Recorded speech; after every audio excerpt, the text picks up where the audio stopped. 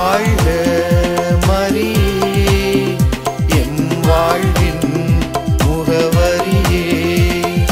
வாழ்க மரியே என் வாழ்வின் முகவரியே.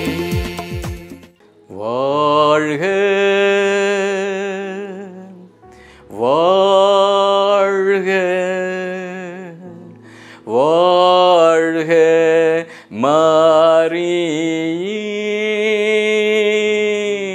வாழ்க வாழ்க வாழ்க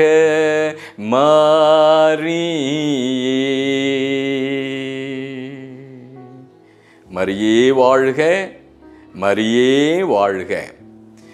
இயேசு கிறிஸ்துவுக்குள் மிகவும் பிரியமான தெய்வ பிள்ளைகளே, சகாய தாயின் அன்பு பக்தர்களே, உங்கள் ஒவ்வொருவரையும் வாழ்த்தி வணங்கி பாராட்டி மகிழ்கிறோம்.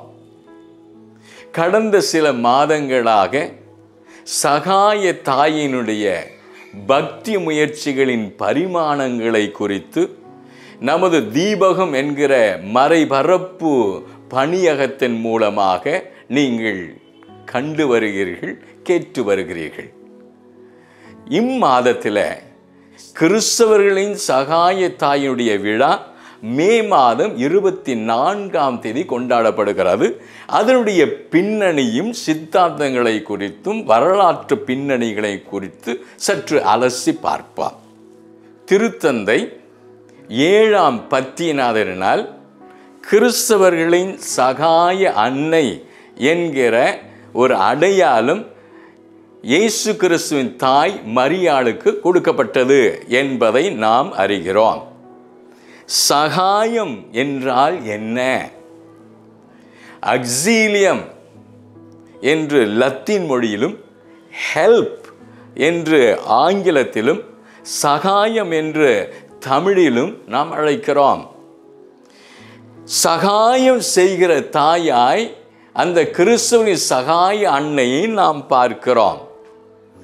இதோ இந்த சகாயத்தாய் மக்களை பாவங்களிலிருந்து விடுவித்து புண்ணிய வாழ்வுக்கு அழைத்து செல்லுகிற தாயாய் அவர் காட்சி தருகிறார்.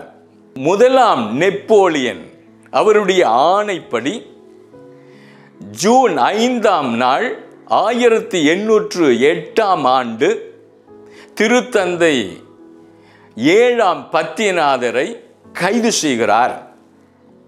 கைது செய்யப்பட்ட 7 ஆண்டுகளுக்கு பிறகு லிப்ஜிக் போர் முடிந்த பிறகு மீண்டும் சவானாவுக்கு அழைத்து வரப்படுகிறார். மார்ச் மாதம் 17ஆம் தேதி 1814ஆம் ஆண்டில் சவோனாவினுடைய பாதுகாவலியாக இரக்கத்தின் மாதாவினுடைய விழாவினுடைய நாளிலே இவர் விடுவிக்கப்படுகிறார். விடுவிக்கப்பட்டு ரோமை நகரை நோக்கி வெற்றி பயணம் மேற்கொள்கிறார். அணிவகுப்போடு செல்லுகிற அந்த காட்சியில அன்னை மரியாள் தான் தனக்கு ஏற்பட்ட, திருச்சபைக்கு ஏற்பட்ட இந்த துன்பங்களிலிருந்து, கலாபனையிலிருந்து வெற்றியை கொடுத்தவர் சகாய தாயே என்ற உண்மையை அவர் பறைசாற்றுகிறார். ரோமைக்கு திரும்புகிற வேளையில பல்வேறு திருத்தலங்களுக்கு செல்லுகிறார். அன்னையின் சுரூபங்களுக்கு முடிசூட்டி அழகு பார்க்கிறார். 1814ஆம் ஆண்டு மே 24ஆம் தேதி அன்று ரோமை நகருக்குள்ளே வெற்றி வீரராய் மகிழ்ச்சியோடு செல்லுகிறார். பெருந்திரளான மக்கள் அவரை ஆட்டம் பாட்டம் கொண்டாட்டத்தோடு வரவேற்கிறார்கள். அன்பான தெய்வ பிள்ளைகளே, ஒரு வருடம் கழித்து முதலாம் நெப்போலியன் எல்பாவை விட்டு வெளியேறி பாரிஸுக்கு திரும்பிய பொழுது முராத் பாப்பேல் மாநிலங்கள் வழியாக அணிவகுத்து வருகிறார் என்பதை கேள்விப்பட்டவுடனே 1815 ஆண்டு மார்ச் 22 திருத்தந்தை 7ஆம் பத்தியநாதர் மீண்டும் சவோனாவுக்கு திரும்பிச் செல்லுகிறார், தப்பிச் செல்லுகிறார். வியன்னா காங்கிரஸ் மற்றும் வாட்டர்லூ போர் முடிவுறுகிறார். 1815 ஆண்டு ஜூன் 18ஆம் நாள் நெப்போலியன் அந்த போரிலே தோல்வியுறுகிறார். இதை கேள்விப்பட்டவுடனே திருத்தந்தை 7ஆம் பத்தியநாதர் ஜூலை 7, 1815 ஆண்டிலே ரோமை நகருக்கு திரும்புகிறார். செப்டம்பர் 15ஆம் தேதி 1815 ஆண்டு